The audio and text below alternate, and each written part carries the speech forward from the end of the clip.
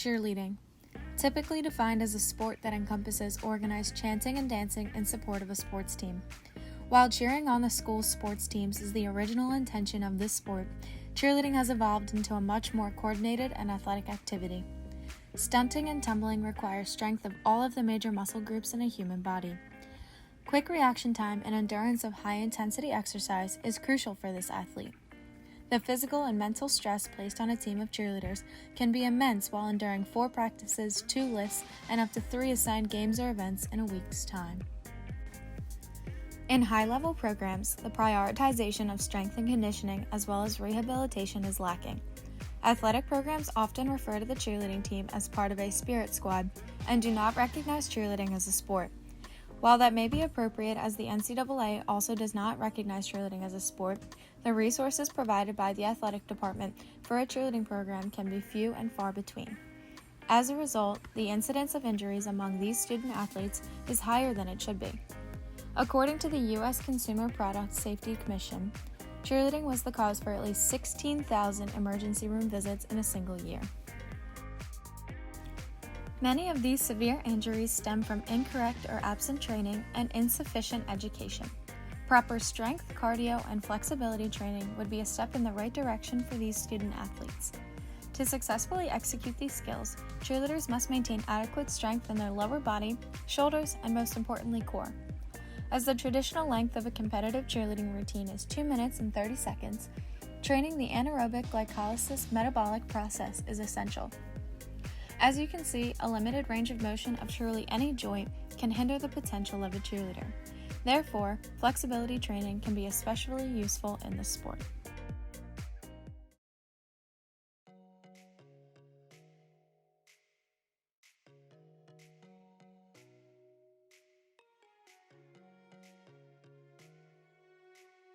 This is just the bare minimum of the dangers of cheerleading. These videos are only a few incidents caught on camera. Proper training facilitates the use of quality technique, which in turn will reduce the frequency of injuries. Therefore, it is important to take the time to instill the values of training and educating cheerleaders in the domain of this sport.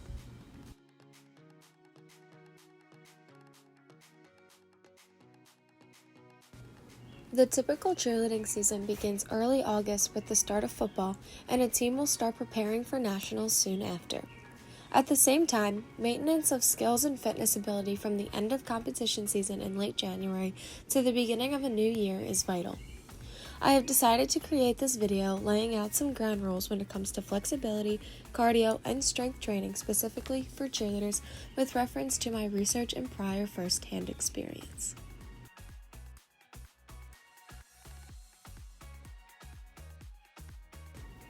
In the months following tryouts and leading up to the season, cheerleaders must focus on preserving their flexibility and aerobic endurance with the lack of practices. The components of the sport involve high physical stress on the body, and enhancing one's range of motion will allow for the individual to better withstand this stress when the practices begin. Maintaining strength throughout the year is necessary, and proper strength training should reflect the skills executed in a routine. Especially in preseason, flexibility training should be the norm for high-level cheerleaders.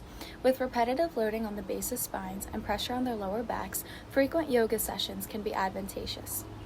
Flyers must be expected to lift their legs close to their upper body, which requires extreme range of motion about the hip joint. Because the sport entails tumbling, partner stunts, and pyramid building, overall mobility is important. And because of this, I wanted to go through a few stretches and emphasize really principal ones for this type of athlete. First, I wanted to provide flexibility exercises for the upper body, primarily focusing on shoulders, chest, and the upper back region.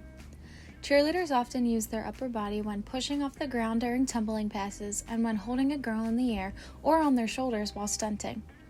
Stretching can be a way to allow for your muscles to elongate and maintain fluidity during these certain activities. Each exercise should be held to the point of slight discomfort for 10 to 30 seconds and repeated 2 to 4 times in one session.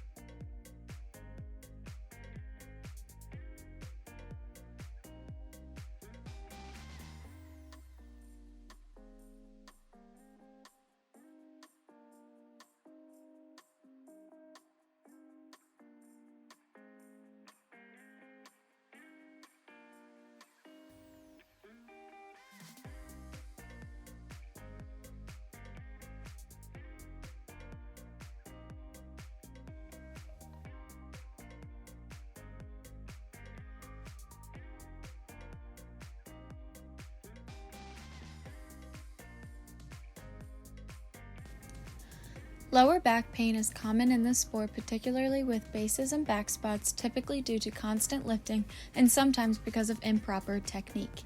Either way, stretches targeting the lower back can alleviate some of this pain. Child's pose. Cat. Downward dog.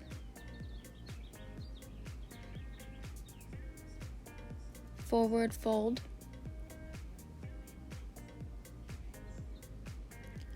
Right leg crossed with trunk rotation.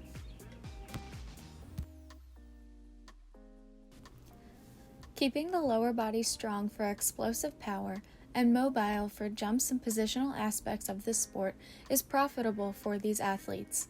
Stretches concentrating on the lower body muscles should be performed almost every day, even when out of season.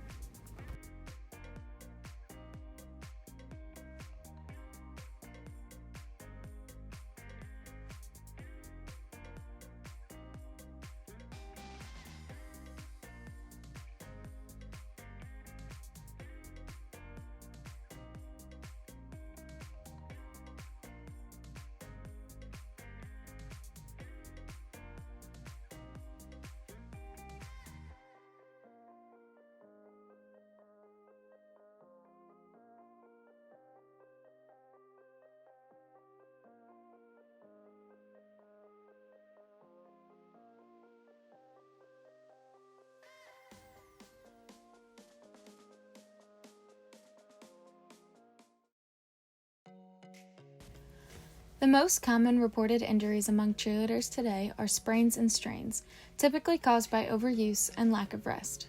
While in season, athletes should follow a strict training plan in order to avoid these repetitive strain injuries. Like I mentioned earlier, cheerleading routines last 2 minutes and 30 seconds long, and most skills within these routines, or that are done on the sidelines of games, take 10 to 30 seconds to execute.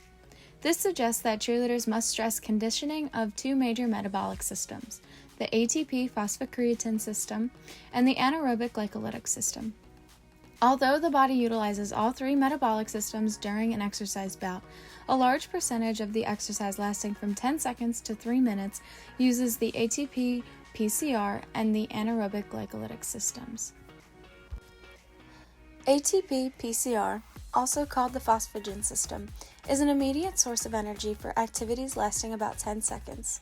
Training this system is useful for cheerleaders and can be done in a variety of ways. Some tactics are comprised of lifting a 1 repetition maximum and 100-meter sprints. Taking advantage of these types of exercises permits cheerleaders to enhance their skills without actually having to do the skills. The anaerobic glycolytic system is prominent during high-intensity exercise for a range of 30 seconds to 3 minutes. This correlates with the nationals routine that a cheerleading team practices for all year long. To train this particular system, an athlete can perform 3 sets of 10 to 12 repetitions of resistance exercises.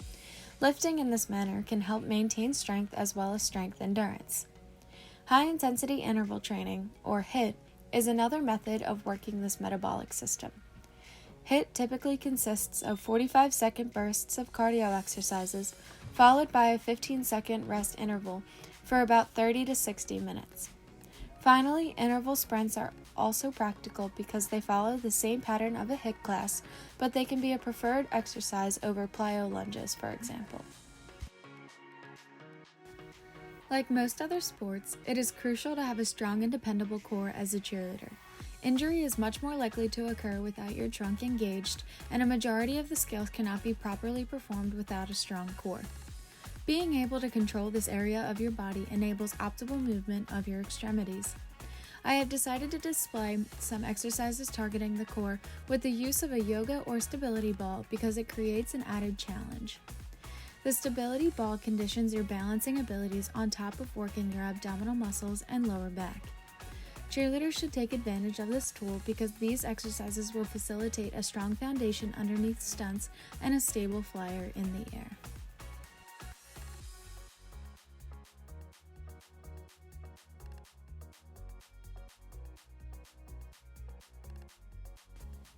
Similar to the flexibility exercises, These stability ball exercises can be performed on most days of the week as a supplement to or at the end of your workout.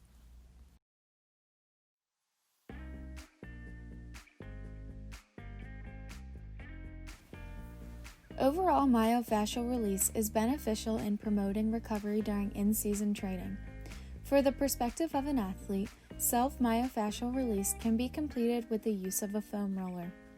The benefits of using a foam roller include convenience, muscle tension reduction, and improvement in joint motion. Most often, athletes will use a foam roller following an exercise bout or practice to alleviate soreness, but it can also be used prior to practice or exercise to warm up and increase the temperature in the muscle and fascia. Using the foam roller before exercise should only be for a short period of time in order to ensure the muscles can contract to their full potential. Keep your head and neck in a neutral position in order to avoid unnecessary strain. It is suggested by the American Council on Exercise when using the foam roller for myofascial release to move at a constant tempo of 1 inch per second. It is important to stay on one area of the body for 90 seconds. Because the foam roller assists in lengthening muscle tissue, the athlete should move in several planes after using a foam roller to enable tissue adaptation to this new length. Although I have concentrated my efforts on prescribing exercise of strength and conditioning as well as recovery for cheerleaders, much of the information I have provided can be applied to all sorts of athletes. Cheerleading, though, requires some attention as it lacks the recognition the sport deserves. This field is only growing larger in the upcoming years, and educating future cheerleaders on their own bodies and exercise priorities will improve the level of athleticism that we see today.